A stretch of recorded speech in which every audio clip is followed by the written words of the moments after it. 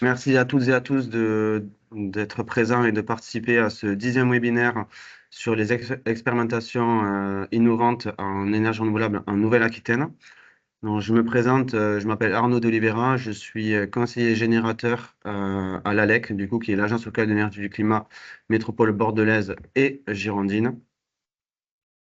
Le programme de ce webinaire, donc j'introduirai sur un court laps de temps, hein, du coup, l'accompagnement des générateurs en 2025, puis on rentrera dans le cœur du sujet avec du coup la présentation de Madame Riffaut de la région Nouvelle-Aquitaine qui vous présentera l'appel à projet régional autoconsommation multi-énergie innovante. Et après, on aura deux retours d'expérience sur des projets solaires innovants en Nouvelle-Aquitaine avec la présentation de Monsieur Labatte sur le couplage méthanisation et solaire photovoltaïque dans les Landes et la présentation du maire de la commune des Peintures pour le projet de la centrale solaire photovoltaïque flottante dans sa collectivité.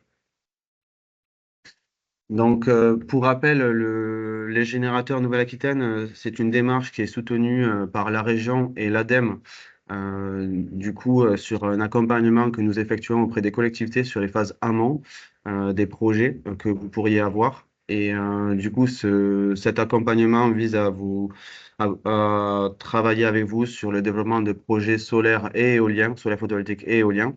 On est structuré nationalement, du coup, avec un réseau des générateurs qui couvre plus de 14 régions et plus de 70 conseillers aujourd'hui en poste. Vous avez la carte, du coup, ci-après. Les générateurs, généralement, voilà, sont rattachés à des structures qui sont de type l'ALEC dans laquelle je suis, des syndicats d'énergie, des associations d'énergie citoyenne, comme par exemple Sirena, qui est présente dans la région de Nouvelle-Aquitaine. Nos missions sont de divers types. Ça peut être de la communication sur le solaire photovoltaïque, sur l'éolien, comme on le fait là actuellement, à travers des webinaires, à travers des visites de sites que nous effectuons pour les collectivités. On peut avoir un rôle également d'appui et d'intervention sur lesquels on peut participer, faire des journées d'intervention et d'information sur des sujets spécifiques que vous souhaiteriez porter, comme par exemple notre consommation collective, l'agrivoltaïsme, les différents montages de projets possibles. On peut également vous fournir des appuis techniques sur du coup des conseils sur des projets que vous souhaiteriez développer, sur des conseils techniques sur des offres de développeurs, sur les baux amphithéotiques qui pourraient vous être proposés par exemple, et également on contribue au réseau régional et national en dialoguant de façon continue avec les départements, les DDT et les syndicats d'énergie, entre autres. Vous trouverez ci-après dans le QR code que vous pourrez flasher le nouveau parcours des élus version 2025. Donc, pour rappel, donc voilà, le travail des conseillers générateurs est un travail qui se fait sur les phases amont, qui est gratuit pour les collectivités, qui se fait donc du coup sur les phases amont, donc de développement de stratégie territoriale pour une collectivité, sur les phases émergence, sur l'élaboration par exemple de l'appel à manifestation d'intérêt sur des projets concrets ou l'aide à la planification, mais on s'arrête vraiment sur cette phase jusqu'à cette phase émergence. Par la suite, du coup, notre rôle n'est pas présent. Chez les chiffres clés donc de la précédente mouture de 2022 à 2024, puisque ça fait 3 ans qu'on existe et désormais on a été reconduit avec le soutien de l'ADEME et de la région sur une nouvelle période de 2025 à 2027. Donc vous retrouverez du coup ces chiffres clés des accompagnements que nous avons pu effectuer, que ce soit sur des journées de sensibilisation, des appuis techniques, comme je l'évoquais, qui ont pu être fournis auprès des collectivités. Et donc, pour cette partie 2025, n'hésitez pas à nous contacter pour toute demande à l'adresse du coup générique nouvelle-aquitaine@générateur.info. Donc, que ce soit dans les différentes structures, hein, comme le CRER, le Sirena et l'ALEC, nous vous répondrons et nous essaierons de vous accompagner dans les questionnements que vous pourriez vous poser ou dans le développement de projets que vous souhaiteriez mettre en place. Je finirai en vous parlant donc, des webinaires qui ont déjà été réalisés. Donc aujourd'hui, on est sur le 10e, mais il y en a eu 9 qui ont été effectués sur cette période de 2022 à 2024. Donc n'hésitez pas, par ailleurs, du coup, vous avez à nouveau le QR code. N'hésitez pas s'il y a des thématiques qui vous intéressent Les formats voilà, sont comme celui d'aujourd'hui, de 1 heure à 1 heure et quart. Donc, si les sujets, par exemple, de projets ENR citoyens participatifs ou l'importance des outils de planification dans les projets ENR vous intéressent, n'hésitez pas à aller revisionner ces replays. Et donc, concernant du coup le webinaire actuel, donc je vais laisser la main à Madame Riffaut, qui va vous présenter donc l'appel à projet régional autoconsommation multi-énergie innovante. Pour toute question, n'hésitez pas voilà, à les poser, on y répondra par la suite, à la suite des présentations. Je demande si tout le monde a accès au chat. Tout le monde a bien accès au chat, du coup. Je vous laisse y répondre, du coup, si besoin. Hop, Madame Riffaut, je départage et puis je vous laisse partager votre document. Très bien. Bonjour à tous. Est-ce que vous voyez bien l'écran?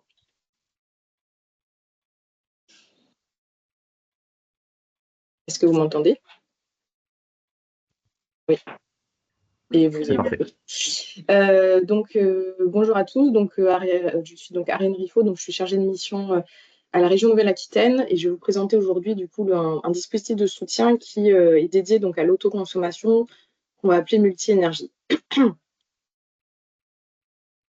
Alors, donc avant de vous préciser un petit peu les modalités de ce dispositif, on va un petit peu détailler juste le contexte de lancement de ce dispositif. Ça vient de plusieurs constats. Tout d'abord, le fait qu'à l'échelle nationale, le couplage entre différentes énergies est reconnu, puisque les énergies renouvelables produisent à leur maximum à des moments de la journée différents, voire à des saisons différentes. Donc, on a une bonne complémentarité entre les différentes énergies renouvelables. En parallèle, l'intérêt grandissant pour l'autoconsommation, notamment avec l'augmentation des prix de l'électricité. Également, le fait qu'avec le développement des énergies renouvelables, il y a de plus en plus de congestion de certaines parties du réseau électrique. Et donc, l'intégration de ces énergies renouvelables est favorisée par des flexibilités locales.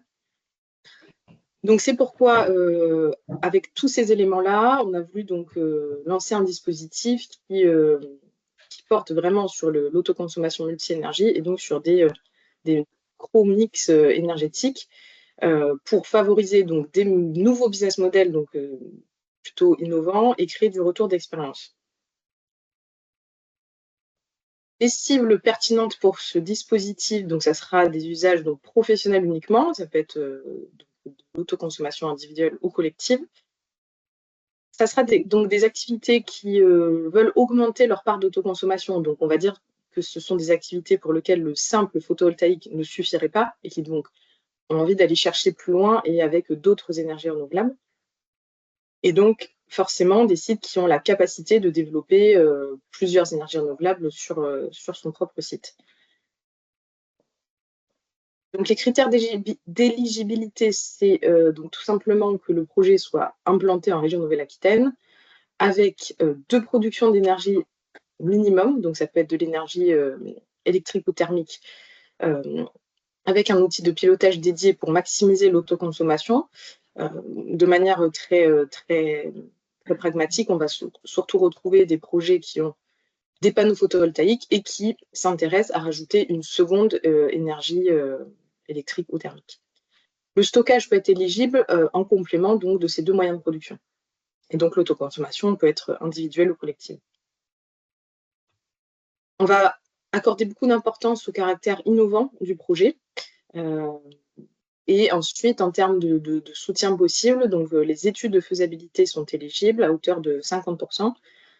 L'investissement est également éligible, alors pas sur les parties panneaux photovoltaïques qui est soutenu par ailleurs par des mécanismes de soutien de l'État, mais pour les autres énergies renouvelables en local, ça pourra rentrer dans ce dispositif à hauteur donc, de 30 à 65% de soutien. Ce pourcentage dépend de la structure d'entreprise. Si c'est une petite, moyenne ou grande, le pourcentage sera différent, donc c'est à regarder au cas par cas. Et enfin, les campagnes de mesure suite au développement de ces nouvelles énergies, donc, qui seront demandées si vous demandez de l'investissement, peuvent être accompagnées à hauteur de 50%. termes de calendrier, donc l'instruction des dossiers est réalisée au fil de l'eau, donc avec une date limite aujourd'hui qui est fixée au 31 décembre 2025. Et pour finir, vous avez donc ici le lien vers le dispositif et mon contact si vous avez des questions.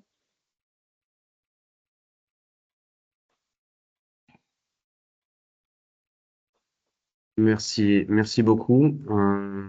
Je vois qu'il y a une question qui vous a été posée du coup par Monsieur Nguyen. Je peux laisser peut-être Madame Nguyen, pardon, excusez-moi. Je peux la laisser peut-être poser cette question si vous souhaitez la poser de vive voix. Oui, bonjour. Donc, Sonoa Nguyen du pôle territorial Sud Gironde. Vous avez parlé sur l'investissement pour les panneaux PV des dispositifs de l'État. Et du coup, c'était juste pour préciser de quoi il s'agissait.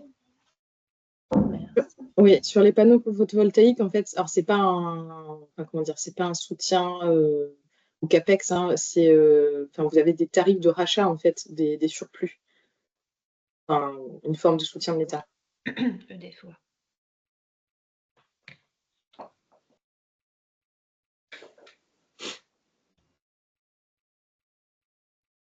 Il y a une question du coup de Perrine. Alors je ne connais pas le nom. C'est Perrine Pintou peut-être. Je vous laisse la poser du coup si vous le souhaitez. Merci. Bonjour, Perrine Barriol, chargée de projet énergie mobilité à Lacano. Merci également donc, pour cette petite présentation. J'ai été curieuse de savoir comment est-ce que vous déterminez exactement le caractère innovant et quand vous donnez votre contact, est-ce que c'est possible de vous appeler, d'échanger avec vous pour vous montrer les modalités peut-être de notre projet ou c'est juste pour avoir des informations une fois qu'on a vraiment construit notre projet et qu'il est mûr pour se lancer dans la procédure? Alors, sur la deuxième partie, en termes de contact, si vous avez un projet qui vous semble éligible, vous pouvez me contacter. Par contre, il faut quand même faire un premier tri, c'est-à-dire il faut déjà lire l'appel à projet, vérifier qu'il est éligible dans les grandes lignes, parce que, voilà, si c'est juste un panneau photovoltaïque sur toiture, typiquement, ce n'est pas éligible. Voilà. Donc, en gros, c'est s'assurer que dans les grandes lignes, ça vous semble éligible. Et ensuite, pas de souci pour me contacter pour qu'on puisse échanger avant un dépôt de dossier, ce qui peut permettre de gagner du temps. Mais voilà, en tout cas, les grands critères d'éligibilité, ça sera surtout le multi-énergie, donc il n'y ait pas seulement du panneau photovoltaïque, j'insiste bien là-dessus, qui est au moins une autre énergie en plus. La question, c'était sur le caractère innovant. Ça, c'est vraiment au cas par cas. Donc déjà, on va considérer que le dispositif, le multi-énergie est innovant par rapport à du simple, on va dire. Après, il peut y avoir d'autres caractères innovants dans un business model, dans la seconde énergie qui allait chercher. Il peut y avoir différentes formes d'innovation. Ça, c'est regardé au cas par cas.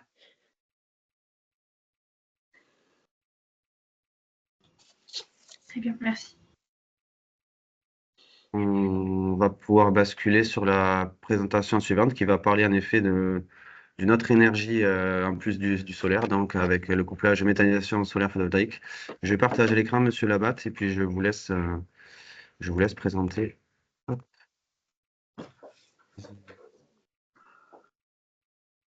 Est-ce que tout le monde voit bien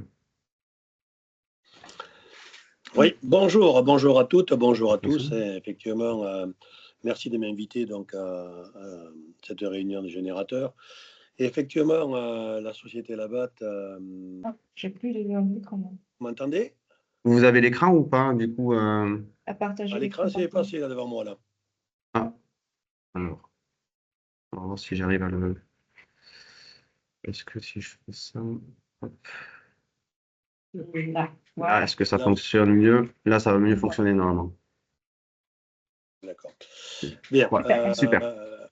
Nous sommes souvent en relation d'ailleurs avec la région pour différents financements. Et effectivement, là, vous avez une photo de notre usine d'Air sur Adour qui est en méthanisation. Et donc, quelques chiffres à la création. Donc, vous pouvez tourner la page, M. D'Oliveira.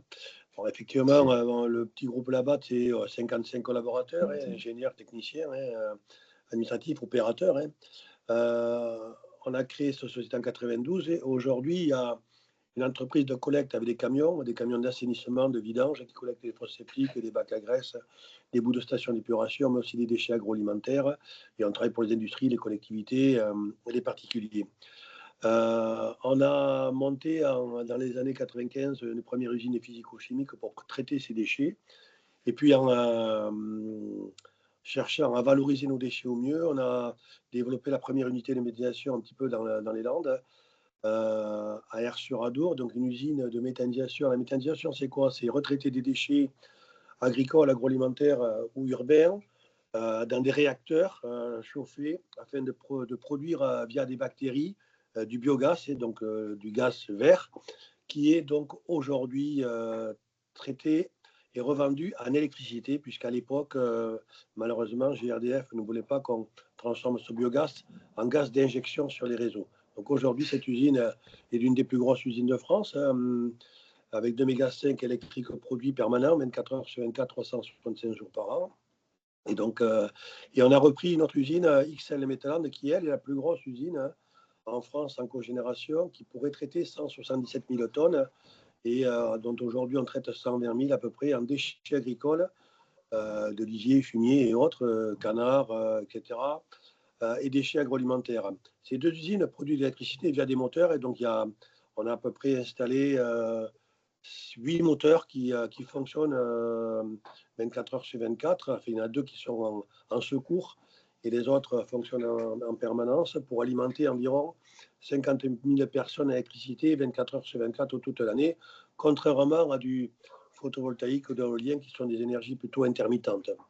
Vous pouvez passer. Donc, là-dessus, on a recherché il y a quelques années déjà travailler sur de l'autoconsommation malgré tout, puisque nos usines sont consommatrices d'énergie interne et que nous préférons revendre notre électricité produite par notre biogaz en courant sur le réseau Enedis et produire notre propre électricité différemment. Donc il y a un premier projet qui avait été fait en 2013, mais qui lui était avec un petit peu la région, non pas pour de l'autoconsommation, mais pour de la production en injection, mais afin de chauffer, donc par les panneaux, de l'air entre le bac acier et les panneaux, pour pouvoir chauffer donc par la société Cogénère de la biomasse en quelque sorte, pour chauffer sécher en quelque sorte des plaquettes de bois. Bon, c'est une technique qu'on a un petit peu abandonnée aujourd'hui parce qu'en fait ça marche très bien l'été, mais l'hiver on a quelques soucis quand même de production, et de la différence de température qui était générée n'était pas suffisante.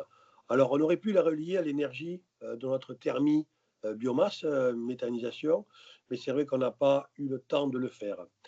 Là derrière, il y a un projet d'autoconsommation qui est venu se confronter en 2021, donc de 200 kg, donc en autoconsommation totale, dont on utilise sur cette usine 97% de l'énergie produite, ce qui est énorme, puisqu'en fait notre usine consomme beaucoup plus d'électricité que ça, mais 24 heures sur 24. Donc bien sûr, l'énergie elle est produite essentiellement la journée, plus l'été que l'hiver, et elle est consommée à 100%. De là, on a mis en place un projet solaire complémentaire sur l'usine, puisqu'on dispose de bâtiments, en injection totale de 500 kg qui fonctionne depuis 2023. Ce qui nous rapproche aujourd'hui, c'est le caractère innovant. Vous pouvez tourner, s'il vous plaît. Ce qui nous rapproche aujourd'hui, c'est qu'en fait, on a cherché à développer l'autoconsommation.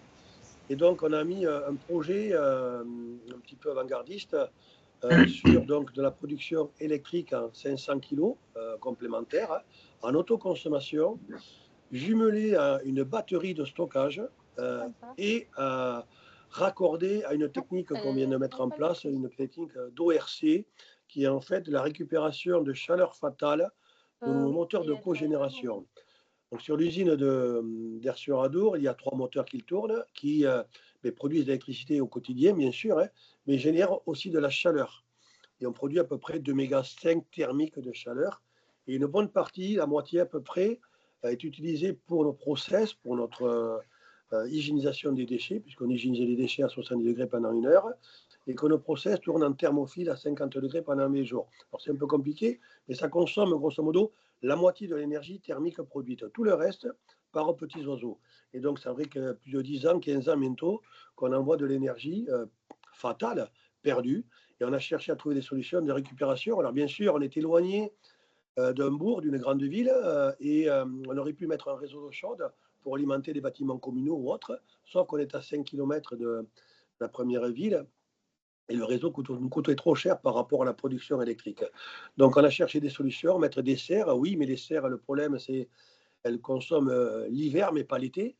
Et donc, c'est un problème puisqu'on produit toute l'année. Et donc, la dernière solution qu'on a pu trouver, qui est développée un petit peu en Allemagne, c'est l'ORC. Donc, c'est une technique de turbine qui récupère de la chaleur à 90 degrés pour la transformer en électricité. Alors, le rendement n'est pas énorme en soi, mais ça nous permet de pouvoir produire du courant 24 heures sur 24. Donc, ces 3 projets, donc ORC, photovoltaïque, 500 kg et batterie, nous permettent de pouvoir fournir 80 d'autosuffisance par rapport au réseau Enedis, ce qui serait une usine qui serait complètement atypique dans la région Aquitaine, puisqu'elle serait pratiquement indépendante du réseau. Il n'y a simplement qu'une petite partie l'hiver où on en serait un petit peu juste. Je pense qu'on pourrait arriver à plus loin si on mettait, mettons, 800 kg photovoltaïque, on pourrait pouvoir être autonome à 100%. Ce n'est pas vraiment l'objectif, on ne cherche pas à se déconnecter du réseau Enedis, mais de limiter notre consommation d'Enedis. Vous pouvez tourner, s'il vous plaît. Donc voilà, donc le projet, c'est 800 panneaux, 900 panneaux pour 500 kg, la turbine ORC et le stockage de batterie qui non plus ne sera pas à 760 kg, mais plutôt de 1 méga. Donc cette batterie, tout simplement, elle va travailler par cycle, récupérer l'énergie de la journée pour la stocker et la répartir la nuit, que ce soit en semaine, les week-ends, les jours fériés, pour alimenter en continu notre usine qui tourne 24 heures sur 24. Donc, c'est tourner après. Je vais aller peu vite parce que j'ai que 10 minutes. Voilà, la technique d'ORC, donc j'en parlais tout à l'heure, donc c'est les moteurs de cogénération qui produisent la chaleur. Cette chaleur, donc, en partie, va être récupérée, envoyée sur les turbines et produire son électricité qui va être envoyée sur la batterie de stockage. Allez-y, tournez. Les panneaux, classiques, hein, donc, comme des panneaux photovoltaïques, à la différence qu'ils seront branchés carrément sur la batterie pour fournir de l'énergie toutes les nuits, en quelque sorte. On peut y aller. Je reste assez rapide. Hein. Le projet, donc voilà, que vous voyez là, on jumelle notre 210 kg autoconsommation qui a été fait en 2021. On rajoute le 483, la turbine, et donc on obtiendra à terme, on espère en tout cas une autoconsommation à 83%, et une autosuffisance à 93% par rapport au réseau Enedis. L'investissement, on va tourner, c'est d'environ 1 800 000 euros. La région nous a fortement aidé à hauteur de 32% sur l'investissement total. Comme Madame dit, Mme Riffaut, effectivement, on n'est pas aidé. L'assiette éligible ne correspond que à la centrale, au parc de batteries et à la turbine ORC. Les panneaux photovoltaïques ne sont pas aidés puisque c'est notre société qui les finance entièrement. Voilà un petit peu. L'équilibre est marqué sur 15 ans. On pense arriver à moins que ça, grâce un petit peu à la subvention, et tourner autour de 10 ans sur un équilibre financier en autoconsommation. Alors, bien sûr, tout dépendra du tarif électrique que l'on aura d'ici 10 ans par rapport à ce qu'on a aujourd'hui. Voilà un petit peu en résumé, un petit peu le projet. L'ORC est en place actuellement. On est en train de le brancher aujourd'hui même, puisque j'ai Schneider et la PAV qui sont en train de vérifier les raccordements. Concernant la batterie, on a un souci avec le réseau Enedis, puisqu'Enedis ne veut pas nous brancher pour le moment, dans la mesure où on a bénéficié d'un contrat de rachat avec la CRE, la Commission de régulation de l'énergie, sur le premier dossier à 210 kg. On a un petit souci de branchement avec Enedis. Donc la batterie n'est pas commandée à cause de ce souci qu'on doit régler dans les prochains mois. Voilà. Donc l'espoir, c'est de pouvoir démarrer cette autoconsommation durant un courant 2025. Voilà. J'ai essayé d'être rapide. C'était parfait. C'était parfait. C'est très bien. Je vous propose du coup de poursuivre avec la présentation de Monsieur le maire de la commune des Peintures et puis de passer aux questions après par la suite. Donc s'il y a des questions, on reviendra vers vous. pour du coup que vous puissiez y répondre selon les participants. N'hésitez pas, voilà, à formuler vos questions dans le chat. Donc, Monsieur Baptistin, je vais partager de la même façon l'écran et puis ce sera. Hop.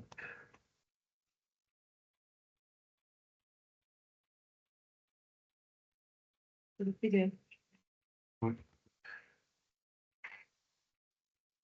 Ah, Je vous laisse la main. Donc, il y a un projet donc, de centrale photovoltaïque flottante dans la commune des Peintures, donc sur 2 plans d'eau, des anciennes carrières,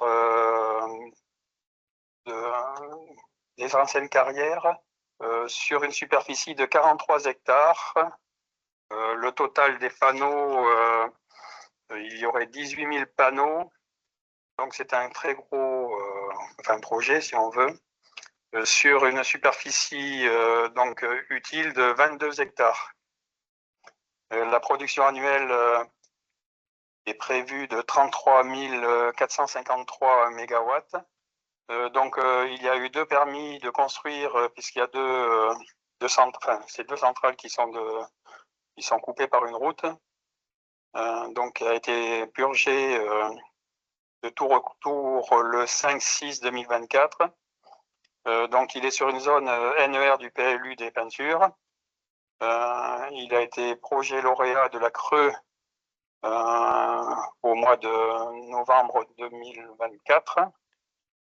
Et là, donc, nous nous heurtons à un problème de nécessité d'une demande d'autorisation unique au titre de la loi sur l'eau, car le SAGE Isle-et-Dronne ne prévoit pas actuellement de compensation possible de zones humides sur d'autres territoires.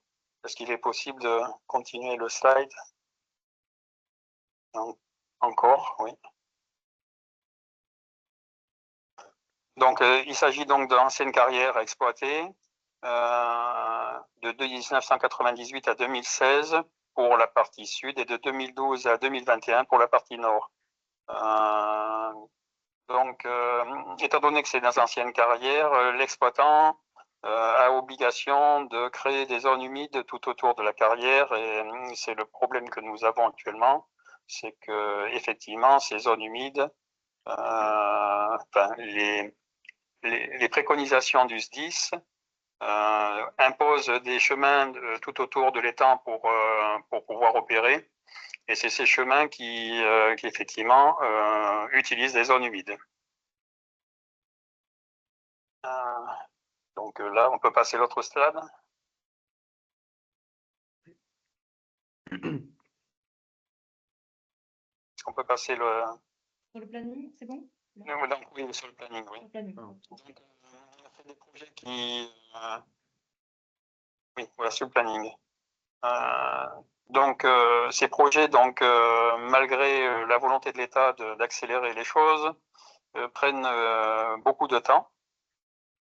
Si on veut, il y a déjà une année complète d'études écologiques pour voir tous les animaux présents sur le site, en sachant que s'il y a des espèces protégées, le projet est aurait été fortement compromis.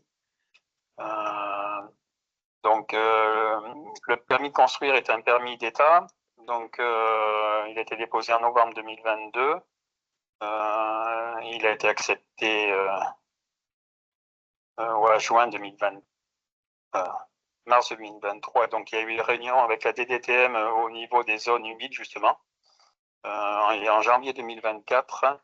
Donc, il y a eu 2 ans d'élaboration, et on a eu l'arrêté préfectoral des permis de construire en juin 2024. Ce permis de construire est sous réserve de l'acceptation du SDIS et sous réserve de l'acceptation environnementale. Donc, c'est pas parce que le permis est accepté que le projet aura lieu. Donc là, après, on se projette un peu à l'avenir. Donc, on est en train d'essayer de modifier le SAGE Isle-et-Dronne qu'il prévoit ou une dérogation pour pouvoir compenser les zones humides. Nous, on a sur le terrain, donc il y a 1 hectare, un peu moins d'1 hectare qui est en zone humide au niveau du projet. Il y a 0,4 hectares qui sont de façon totale et 0,60 hectares de façon temporaire, le temps d'installer les panneaux photovoltaïques.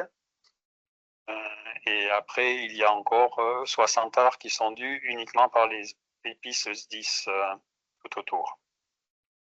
Donc, on espère que le début du chantier sera bien en 2026 pour une fin chantier en 2027.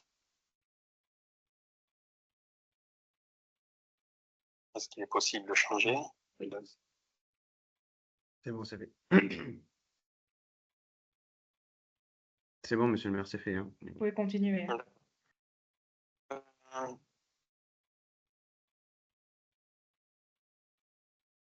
Donc là, c'est peut-être changer parce que On est sur la donc, la totalité du projet devrait alimenter 17 000 personnes. Donc, c'est un des plus gros projets existants en photovoltaïque. Donc là, on voit les centrales qui sont sur les deux étangs. Une partie uniquement terrestre sur le gros et une partie flottante sur le petit.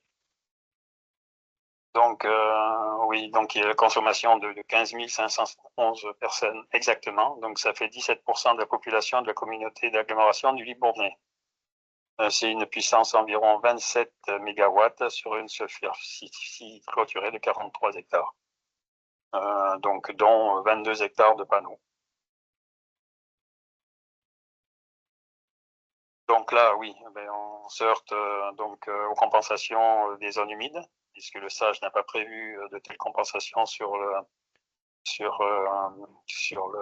SAGE Ille-Cédron. Donc j'ai encore des réunions au niveau à ce sujet-là pour voir s'il est possible d'avoir des dérogations. Il était prévu dans le permis de compenser à hauteur de 159% les zones humides qui étaient utilisées. Voilà. Donc voilà.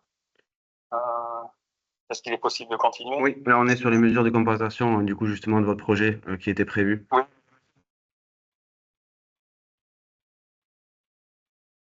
Il n'est pas prévu de compensation. Donc, mais bon, sur le permis était prévu des compensations à 160%. La compensation sur surface correspond à 228% de la surface en zone humide impactée de façon permanente et 152% de la surface totale de zone humide impactée. Voilà.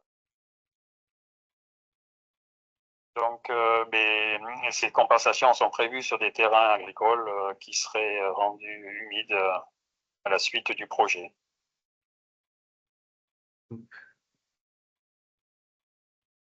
En effet, peut-être parler de la problématique que vous avez actuellement avec le. Donc, ne prévoit pas de compensation possible. Donc, il faut demander une dérogation à la préfecture pour rendre ce projet d'utilité publique et pour pouvoir compenser les zones humides que l'on détruit.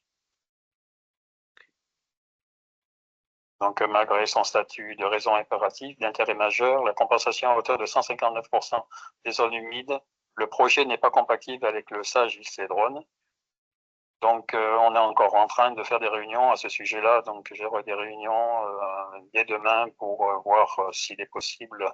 Parce que quand le SAGE a été créé, il n'était pas prévu, il n'y avait pas de projet photovoltaïque en cours. C'est un SAGE qui est assez âgé, si on veut.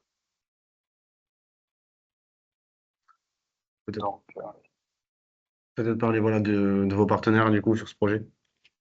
Donc, les partenaires, c'est uniquement la centrale est faite de façon par Urbain Solar. Au niveau financement, donc il y a un financement participatif de la commune, des habitants. D'abord des habitants de la commune, ensuite des habitants de la Cali et après toute la France. Donc il y a un appel, il y a un appel, comment? Donc après, Un appel à je ne sais financement, du coup, peut-être? comment? Un appel à financement? Il y a un appel à financement, oui, effectivement, au niveau local. Enfin, il part du niveau local pour arriver jusqu'à toute la France. Et du coup, au niveau de la collectivité, vous avez dû faire des démarches, j'imagine, sur le PLU, sur les zones d'accélération, peut-être?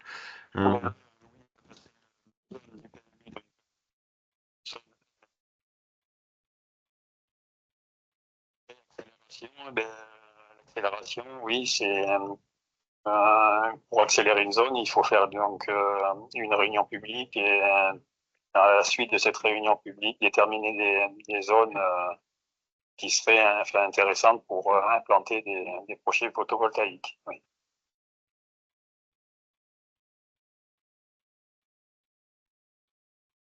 Est-ce qu'il y a d'autres questions? Je ne sais pas. On va justement reprendre, donc, du coup, selon les participants, voir s'il y a des questions. Et puis, je vous garde, du coup, au téléphone.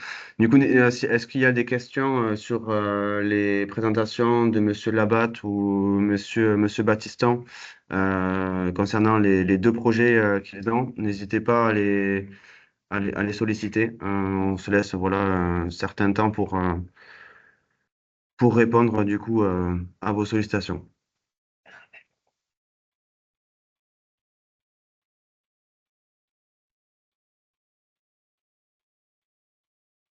Oui, Madame Daubigny, je vous laisse le Oui, micro, bonjour, j'aurais une poser votre question question à directement. destination du maire de la commune des Peintures, du coup, Monsieur n'entend pas. Battiston. On l'entend. Décidément. Concernant ce projet, On ne vous pourquoi entend le pas non choix plus, est... décidément. Ah, On voit vous parler, mais et on là, vous vous entend m'entendez? pas. Vous m'entendez ou pas? Non, ça marche toujours pas. Ah, pourtant, sur Teams, tout Ou alors est peut-être ouvert. Vous pouvez l'écrire? Écrivez sur le Ouais, écrivez je vais sur le écrire la chat, on question, va. pas de souci. On entend, hein. Nous, on entend, les participants, on entend.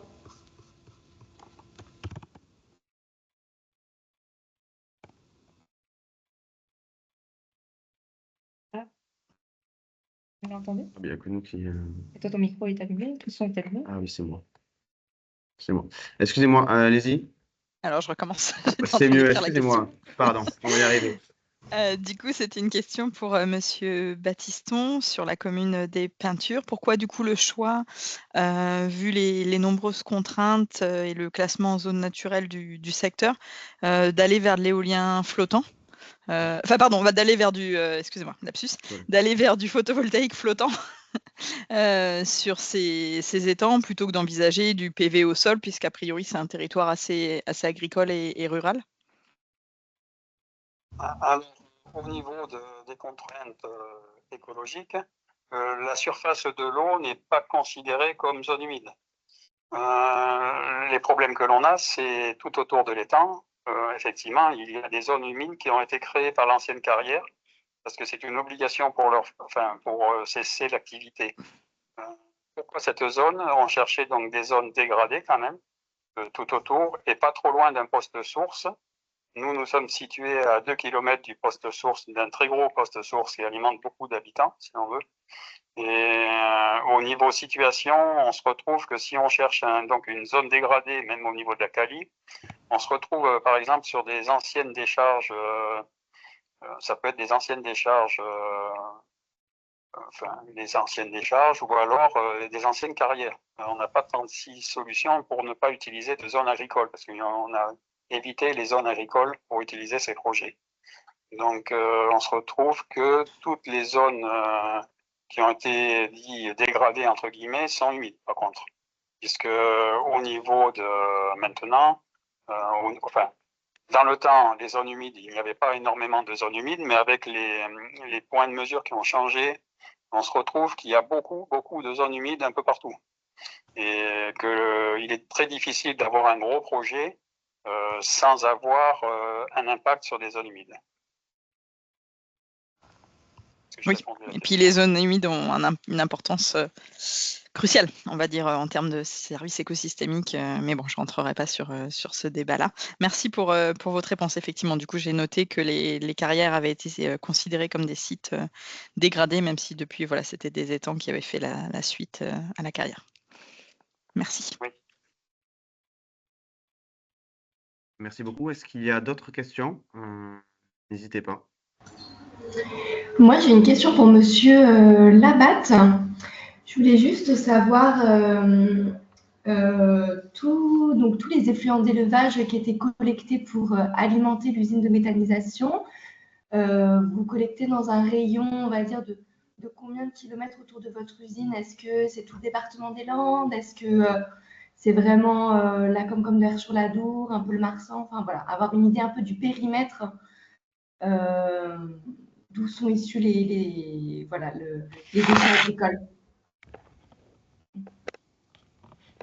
Le micro, Monsieur Labatte. Monsieur, il faut que vous... Oui, pardon. Nous avons 2 usines qui sont distantes d'environ 40 km. Chacune collecte effectivement des effluents d'élevage, plus ou moins. Mais grosso modo, on est à 30 km autour de l'usine environ. Au-delà, la rentabilité de transporter du lisier pour le méthaniser n'est pas justifiée parce que ce qu'on appelle le BMP de ce type de déchets n'est pas très élevé. Voilà. Donc, transporter de l'eau n'a pas un réel intérêt, en quelque sorte, sur des longues distances. Voilà. Par contre, on apporte un service aux agriculteurs qui n'ont pas de plan d'épandage et qui sont soucieux de devenir de ce déchet, d'autant plus qu'on arrive on l'hygiénise à 100%, c'est-à-dire quand un effluent, et c'est pour ça que le préfet et les services de l'État sont très, très sensibles à ça. Nos usines travaillent en thermophile, donc à 50 degrés permanents pendant 20 jours minimum, et on arrive à sortir un produit indemne de tout virus, voilà, pathogène, que ce soit grippe aviaire, bien sûr, mais salmonelle, listeria, peste porcine ou autre, quoi. Donc, on arrive à sortir un digesta, donc un produit qui revient à la terre propre. Et ça, c'est un réel intérêt parce que justement, on travaille en température haute. Voilà. D'accord, je vous remercie. Est-ce qu'il y a d'autres questions?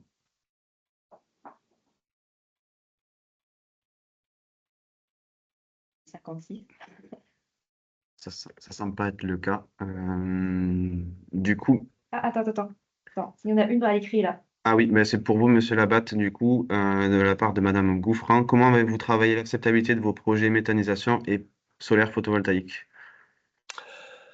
Alors, concernant la méthanisation, ça fait déjà un petit moment parce qu'on était les premiers dans les Landes à démarrer une unité. Donc, c'est vrai qu'on avait déjà un dossier ICPE validé, installation classée, protection de l'environnement, classé en 95. Donc, ça a été une continuité avec un ajout de l'unité de méthanisation sur Vers-sur-Adour. Effectivement, aujourd'hui, pour monter un méthaniseur en France, c'est un petit peu comme monter des panneaux solaires sur les étangs. Il y a des contraintes environnementales et sociétales qui limitent ou qui retardent fortement les projets. Et ça est ennuyeux, effectivement, parce qu'il y a pas mal de projets de méthanisation en France mais qui sont ralentis aujourd'hui. Voilà. Concernant la partie panneaux, stockage d'énergie, ORC, aucun souci dans la mesure où on est déjà sur un site soumis à autorisation. Ce n'est qu'un avenant ou un porté à connaissance auprès de nos inspecteurs qui n'engendre pas de modifications majeures ou substantielles. Voilà. Merci beaucoup. On a répondu à toutes les questions. Oui, allez-y, Madame Daubigny. Excusez-moi, j'aurais une question à nouveau, mais cette fois pour Monsieur Labatte. Vous nous indiquiez lors de votre présentation que ce qui bloquait actuellement, c'était plutôt le raccordement côté RTE. Est-ce que c'est les délais de raccordement ou vous avez mentionné que c'était lié au fait que vous aviez eu un premier projet? Oui, effectivement, c'est pas RTE, c'est Enedis, puisqu'on n'est pas sur le réseau haute tension, très haute tension, les réseaux de tension envers 1000. C'est le projet, c'est en retard avec Enedis, effectivement, par rapport à un premier projet à 210 kg, qui avait été à l'époque un petit peu novateur, puisque on n'avait pas été aidé par la région, mais la Creux intervenait forfaitairement sur un tarif avantageux, un tarif, puisque c'est d'autoconsommation, un forfait annuel en quelque sorte, Grosso modo, pour donner l'idée, c'était à peu près 8 000 euros par an de forfait annuel, en complément de revenus pour compenser le différentiel à l'époque entre le coût de l'énergie marché en gros et notre coût réel d'autoconsommation avec nos investissements. Donc effectivement, ça c'est sur 10 ans. Donc, ce projet a déjà 4 à 5 ans, 6 ans pratiquement depuis le démarrage. Effectivement, Enedis bute un petit peu sur le fait qu'on va prélever cette énergie produite par les panneaux de 210 kg et les intégrer à notre batterie d'un méga, en quelque sorte, et conteste le fait que potentiellement on peut rejeter un peu d'énergie, bon, aujourd'hui c'est 3%, hein, c'est insignifiant, sur le réseau qui a été soumis à une valorisation forfaitaire de 8 000 euros. C'est aberrant, c'est plutôt des textes. Donc, il y a des modifications à faire, à apporter avec Enedis sur ce domaine-là, où carrément on découplera peut-être cette autoconsommation pour la mettre différemment. C'est plus ennuyeux pour nous parce qu'on ne remplira pas notre batterie complètement comme prévu le projet. Voilà. Mais c'est dommage, c'est des petites... voilà. Vous avez encore une Merci question? pour ces précisions. Merci beaucoup, en effet. Vous avez encore une question de Madame Régnier. Est-ce que vous souhaitez la formuler de vive voix ou que je lise juste le... Il vaut mieux qu'elle formule vive voix. Ce serait mieux que si vous pouvez... Ah, ok. Ah, ok, allez. Alors, du coup, l'usage de l'énergie stockée dans les batteries est donc prévu sur un cycle de 24 heures, si elle ne se trompe pas, et elle demandait si c'est techniquement possible le jour suivant la nuit de stockage. Ah oui, oui. La batterie que l'on mettra en place, donc c'est une batterie a priori allemande. On était sollicité bien sûr par des Japonais, par des Chinois et autres, mais on cherche quand même à rester européen. Elle coûte un peu plus cher, certes, mais les prix ont déjà baissé un petit peu de 5 à 8 points entre la demande il y a 2 ans et aujourd'hui. Je pense qu'on va arriver vers une baisse de ces batteries à terme, puisque en France, on sait produire d'électricité, mais on ne sait pas la stocker. Donc, c'est un moyen de pouvoir prouver qu'on peut la stocker. Et donc, il y a un certain nombre de cycles qui est validé pour une batterie comme ça. Et donc, celle-là sera capable de faire un cycle par jour minimum, c'est-à-dire elle se charge la journée, et elle se décharge la nuit, et ainsi de suite. Voilà. À 100%, 90%, 80%, pas de problème. Bien sûr, il y aura un taux d'usure dans la délai. Hein, au bout de 15 ans, elle aura un taux de remplissage comme votre batterie de téléphone qui sera un peu moins efficace, mais on arrivera quand même. C'est pour ça qu'on partirait plutôt sur 1 méga plutôt que 760. Quoi. Voilà, donc, justement, avoir un peu plus de souplesse dans le temps. Mais la rentabilité d'un système comme ça, je le reconnais, que sans l'aide de la région et des personnes qui nous ont aidés à monter le dossier, n'était pas justifiée. Elles le seront peut-être demain, mais c'est quand même un pari de pouvoir stocker de l'énergie dans la mesure où le prix d'électricité, effectivement, en 2022, on était monté à 1000 ou 1200 du méga, pardon. Là, aujourd'hui, on est quand même sur des tarifs relativement bas, on va dire, et sa rentabilité est limitée. Donc, sans l'aide de la région, clairement, je ne le ferai pas. Voilà. On va vous solliciter pour la dernière question. Du coup, peut-être, Monsieur Battistini, est-ce que vous souhaitez la formuler de vous-même? Du coup. Bonjour à toutes et à tous. Non, la réponse a été claire. Effectivement, Oui. le coût-bénéfice de l'opération aurait été pas le même si effectivement l'aide n'existait pas. J'ai la réponse, donc c'est clair. Je vous remercie beaucoup. Très bien. Eh bien, écoutez, je pense du coup oui, voilà, il est 11 h, on a respecté le timing des 1 heure de webinaire comme on fait sur les précédents webinaires. Je tiens à remercier l'ensemble des intervenants et intervenantes du coup pour ces présentations, de nous excuser pour le petit couac, on a réussi à s'en sortir, mais le petit couac informatique. Qui sera coupé au replay. Et puis, donc voilà, on vous transmettra le replay, du coup, il sera accessible prochainement. Et n'hésitez pas voilà, à nous ressolliciter en tant que générateur sur toute demande que vous auriez sur les projets. On est là pour vous accompagner.